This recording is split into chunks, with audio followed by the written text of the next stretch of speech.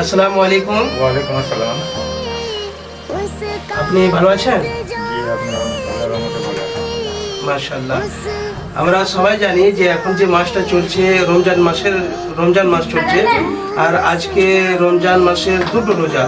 তো আমি আপনার কাছে কিছু জানতে চাই, আপনি কি সে প্রশ্নের উত্তর দেবেন? বলুন। আচ্ছা বলুন তো, রোজা অবস্থায় যদি কোনো ব্যক্তি থুথু গিলে নেয় তাহলে কি তার রোজা ভঙ্গ হবে না রোজা থাকবে? রোজা থাকবে, রোজা ভঙ্গ হবে না। তো যদি বাই করে দিলে তাহলে তার রোজা ভাঙবে।